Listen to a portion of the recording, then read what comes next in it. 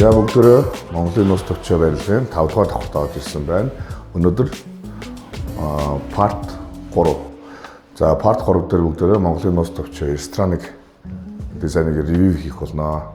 Тийм учраас та бүхэн үзэхээс өмнө интерьерийн архитектурын мэдээллийг дэвшүүлэх хүсвэл subscribe дараарай. За бүгдөө яг энэ хэсэг маань ерөнхийдөө лифтээр гарч ирээд 5 давхар буюу рестораны маань үүдний хэсэг байгаа. За энэ хэсэгт юу агуулгадаг вэ гэхээр тухайн барилгын маань онцлог нэг хэсэг буюу давхар болгондоо 0-той 0 болгоно эрэгтэй эмэгтэй гэдэг тусдаа ийм гайхалтай нойлууд байна. За мөн ингээд гоё хараагүй хүмүүс мэдрэх хаягнуудаас сайнсан байна. За энэ хэсэгт болохоор staff foundry буюу манай галтгооны шууд ажилчид арын алгаар орох, хүнсний бүтээгдэхүүнийг оруулах юм тусдаа хаалга байна. За энэ хэсэг маань одоо ерөнхийдөө саяны өмнөх блог дээр байсан шиг одоо энэ хэсэг маань галын самбар, цахилгааны самбарыг одоо харагдцыг шин зургаар ингэж далдалж өгсөн юм дизайны бас гоё концепт байна. Энэхүү зураг нь нөхөр торгоны замын нууц буюу энэ Өгөөдөө хааны ордны маш гайхалтай Монголын нууц төвчөө компанийн патентлэгдсэн маш гоё зургаар интерьерийн концепцийг хийж өгсөн байна. За мөн одоо сүүлийн үед бас тренд болж байгаа уян тааз буюу ийм уян таазан гэрэлтүүлэг маань байна. За энэ хэсгийг бас та донцолж хэлмээр байгаа. Түрүүн бас хурлын өмнөх блог дээрээс хэлжсэн хурлын үед одоо сүүлийн үед энэ этник стил буюу байгалийн ийм орчныг бүрдүүлэхэд ийм одоо хөөсөн ийм хавтангууд их хятадаас орж ирж байгаа. Энэ нь ямар сул талдаа вэ гэхээр нэгдүгээр нь гал дэмждэг. Хоёрдугаарт нөгөө ингээд хив хивээрээ хэн давхцаад ингээд шоу гарч ирдэг юм сул талтай байдаг бол энэ дээр ингээд заслын аргаар яг энэ байгалийн чулууг ингэж хэн давтагдахгүйгээр яг байгалийн рельеф үүсгэж ингэж маш үн цэнтэй бодит харагдуулж байгаа юм давуу талтай юм. Сүүлийн үед бас энэ тренд болж байгаа юм интерьерийн бас шийдэл байгаа. За ирүүлээд багшгаарай. За Mongolian Secret History буюу манай Монголын нус төвчөө гэдэг компани маань үндсэн лого байна. Ресторанынхаа хэсэг байна. За энэ хэсэгт манай рестораны маань ерөнхийдөө зааландаа мэдээж бас баригдаад тодорхой хэмжээний маш жижиг сарыг ухаалаг шийдсэн хэсэг байна. Зочдын хувцас өлгөх хэсэг. За энэ хэсэг маань ерөнхийдөө ингэ шилэн хаалгатай. За вью хэсэг буюу энэ нөгөө шилэн хаалга нь ямар үүсгэдэг вэ гэхээр мэдээж битүүмжийн үүсгтэй гаднаас утаатай тортогтой хувцастай байлаа гэхэд за мөн эмх цэгцтэй харагдуулах бүрэн боломжтой байдаг. За энэхүү шүүгийг шалнаас тааз хүртэл хийгээд тааз буюу өндөр хэсгийг татаж буулгаж ирдэг ийм тоноглолоор ингэж тоноглож өгсөн нь өлгөх хувцсны тоог маш ихээр нэмэгдүүлэх давуу талтай болж ирж байгаа. За иймэрхүү хувцсны шүүгээ байна. За тухайн ресторан маань өөрөө Аз хотпот одоо гаргахаас гадна Европ стилийн хоол, Монгол хоол гэдэг маш олон төрлийн хоол гаргадагаараа онцлогтой. Тэгээ интерьерийнхаа үндсэн концепцийг яг түрүүн бас үүдэнд хэлсэн чинь байгалийн натурал өнгө төрх буюу этник юм индустриал хоёрыг хослуулсан юм органик дизайнтай юм интерьерийг зохицохыг зорьсон байгаа. За энэ хэсэг бол одоо манай бартендерийн хэсэг буюу техник хэсэг маань байна. За техникийг ерөнхийдөө хамгийн чухал нь юуг анхаарах хэрэгтэй байдаг вэ гэхээр тухайн рестораныг бүрэн хянах буюу контролдох боломжтой point дээр байж ивэл их зүгээр мэдээж галтгоотойгоо залгаа гэдэг юм онцлог хэсэг байгаа. За тухайн дугуй шилтэй хаалга маань бол хоол гарах болон бохир буцаж орох бүх боломжоор хангасан. Гэхдээ энэгээр бохир оруулдаггүй байгаа. Энэгээр зөвхөн хоол гарах бохир оруулдаг хаалга маань заавал тустай байдаг. Тэгээд 360 буюу энэ хаалга маань ингээд хоёр тишээ түлхэж ороход бүрэн боломжтойгоор шийдэх шаардлагатай байдаг. За техникийн хувьд одоо энэ болохоор нөгөө барилгын маань хийж бүтээцээрээ баг нь байгаа. Тэгэхээр багныг бас тухайн дизайнер маань юунд дээр анхаарах хэрэгтэй вэ гэхээр аль болох барилгын элемент гэхээсээ илүү дизайны концепт болгож өөрчилж одоо маш таатай харагдах үүрэг үүсгэх үүдэг. Тэгэхээр тухайн тек маань ингээд хоёр тишээ бүрэн харах боломжтой. За мөн төлөвлөлтийн онцлог дээр энэ тухайн гоё бартендерийн маань текүүд маань маш гоё урт харагдвал илүү гоё үзэсгэлэнтэй буюу загварлаг харагддаг давуу талтай учраас энэ техийг маш урт одоо шийдэж өгсөн байна. Ингээд тэгээд ерөнхийдөө нөгөө тэгш хэмтэй бус ингэж юм ташуулдаж ингэж орж ирж байгаа нь илүү бас нөгөө загварлаг харагдуулж байгаа. За мэдээж тухайн техн дээр бол маш урт байх давуу тал нь юу гэдэг вэ гэхээр тухайн техникийн орчинд ганцаараа одоо нэг коктейл уух гэх юм уу эсвэл коктейл дурлагсад гэж байдаг. Энэ нь юу гэдэг вэ гэхээр зөвхөн бар тендер дээр буюу техн дээр суунгаа одоо баримтайгаа харьцаж тухайн коктейлээ найруулж авдаг энэ бүрэн боломжоор хангах хэрэгтэй учраас яг энэ хэсэгт бол суудлал бол зайлшгүй төлөвлөх шаардлага байдаг. За мөн түрүүн хэлсэнчлэн интернеттэйгээ уусгаж тухайн техийг буюу хадны релефтэй буюу нэг концепт болгож харагдуулж байгаа. За мөн энэ хэсгийг ингээд дугууруулж бас тэгш хэмтэй бус за мөн ингээд эрмийг ингээд мүлгэр болгож байгаа нь юу гэхээр тухайн компани буюу дизайнерын ур чадвараас гадна заслын баригдын ур чадварыг бүрэн илэрхийлж идэг юм. Одоо сүүлийн үед бас концепт тренд болж байгаа концепцийн нэг.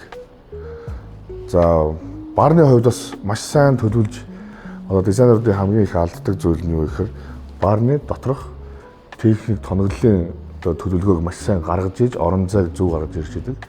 Жишээ нь юу вэ гэхээр тухайн барн дээр мөсний машин, за мөн кофений баристагаас гадна кофе бутлагч, мөс үүсгэгч, за унаж бохроо угаах, ариун цэврийн угаалтуур.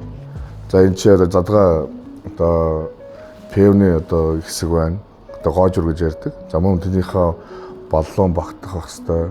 За мөн бэлтгэлийн давтсан гэх зэрэг маш олон зүйлийг тооцоолж төлөвлөж иж энэхүү хэсгийг одоо интерьерийн зурх шаардлага гардыг бас анхаарах хэрэгтэй.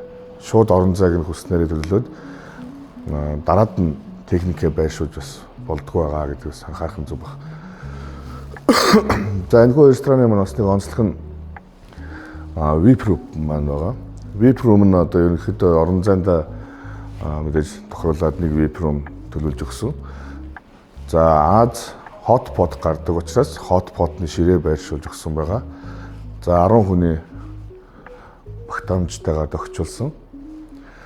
За тухайн VIP-ний хамгийн том онцлог нь юу вэ гэхээр ихэгддэг шилэн хаалга байгаа. За шилэн хаалгыг одоо хаахт мэдээж дуу чимээ тусгаарлалт 7-5 тухтай хоол идэх боломжоор бүрэн хангана. За шилэн хаалгыг нээсэн тохиолдолд арга хэмжээний үед тухайн VIP маань үндсэн заалныхаа нэг хэсэг болж хоёрын өөрчлөлт бүрэн боломжтой байгаа.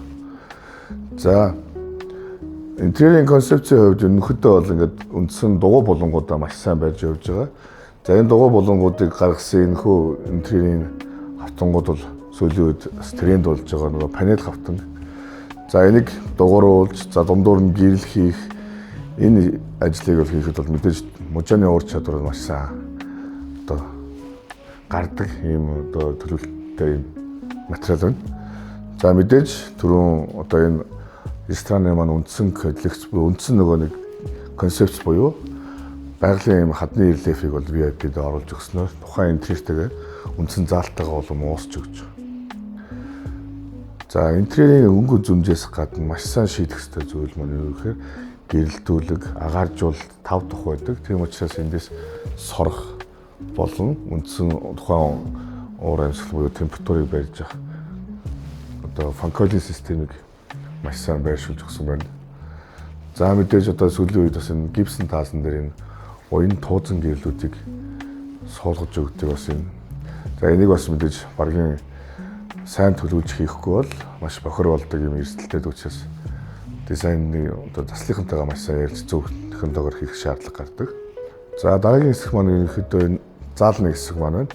Заалны хэсэг нь ерөнхийдөө 70-аас 80 хүн хүлээж авах чадaltaй ямар ч хүлээн авалтыг бүрэн зохион байгуулах бас боломжтой юм ресторан байгаа. За мэдээж ресторанд байх шаардлагатай мэдээж бүх техник хангамж, акустик, за мэдээж маш дугуйрсан LED дэлгэц, хөгжмийн фүүлт, за шоу гэрэлтүүлэг гэдэг бүх юмыг маш төгс шийдсэн харагдаж байна. За энэхүү рестораны бас нэг онцлог нь юу гэдэг вэ гэхээр индустриал дизайн буюу таазыг үндсэн хийцлийг нь ил гаргаж бараа өнгөөр шийдэж өгсөн илүү нөгөө орой үдшийн цагаар илүү орон зайтай харагдуулдаг маш том одоо интерьерийн чухал шийдэл байгаа. За иймэрхүү жишээ нь шоколадан бороор одоо төлөвлөж өгсөн илүү их дулаан мэдрэмжийг төлөх зорилгоор өгсөн ийм төлөвлөлт байгаа.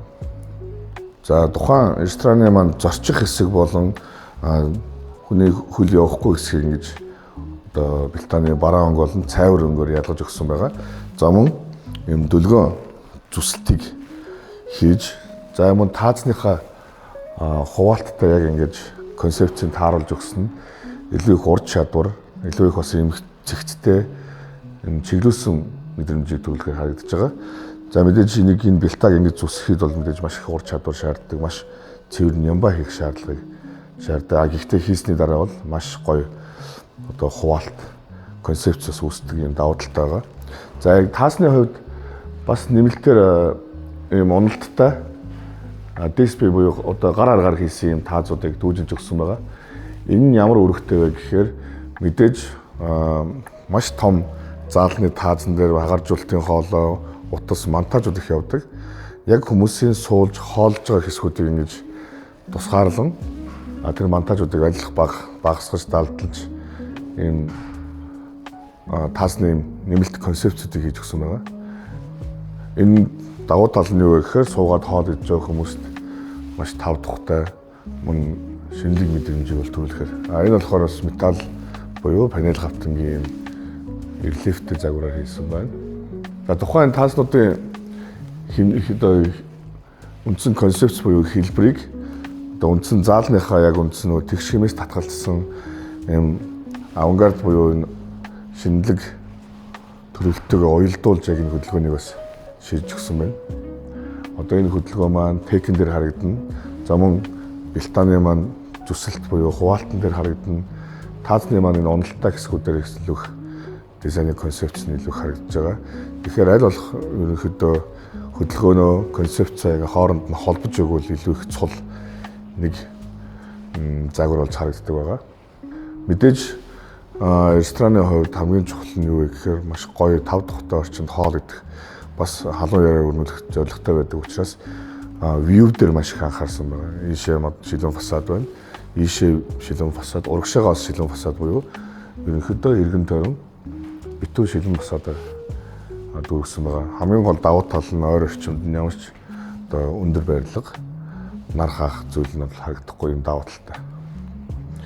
Ийм шийдэл байна гэж дүгнэж байна. Тэгээд ерөнхийдөө олон нийтийн барилгыг төлөвлөхдөө концепц гой сайхнаас гадна галын аюулгүй байдал, за мөн хамгаалалт буюу камержих систем бүх зүйлийг анх интерьерийн зураг төсөлтөйг хамт төлөвлөх нь маш чухал байдаг.